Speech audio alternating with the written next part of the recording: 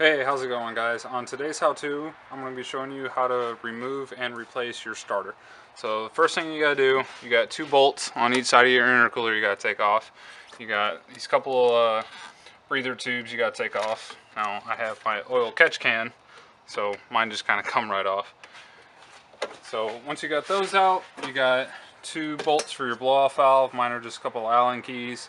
Then you got to take this clamp off that goes in your throttle body, and then you have a clamp that goes down into your turbo. So take all those off.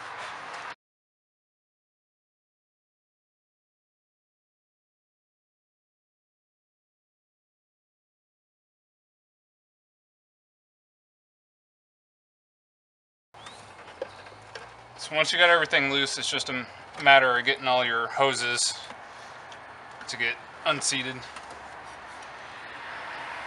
Before I forget this is a little bit more trickier with your air conditioning line, because you got 1 or 2 of them coming right here. Obviously you can see I don't have that or an air conditioner, so it's a little bit easier on mine. So let me show you guys this real quick.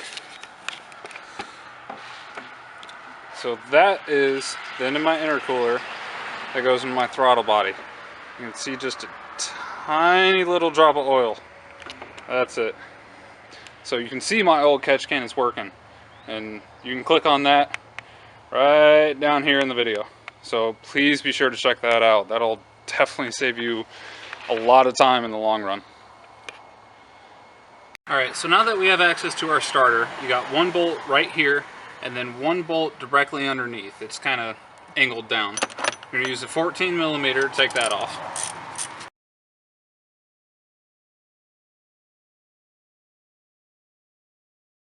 One thing to note, these are different sizes, alright?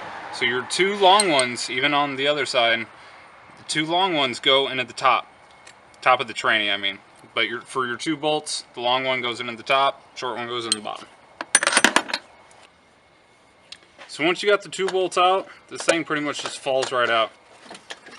And then on the back side of it, you have 1 wire that just pulls right out. And then underneath this boot, you have your power wire. So once you disconnect that, you'll be able to have the starter all to yourself. So then, obviously, once you get a new one, I don't have a new one, I don't need a new one. But just put that on there, and then this wire is easiest to put back on once you have the starter back in.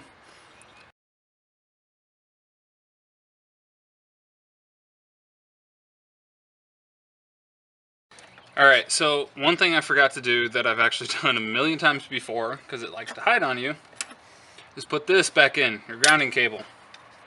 So, take this bolt back out, put the cable on there. Alright, so once you got that back in, it's just a matter of putting your intercooler back on and getting all the piping back. Hope you guys enjoyed.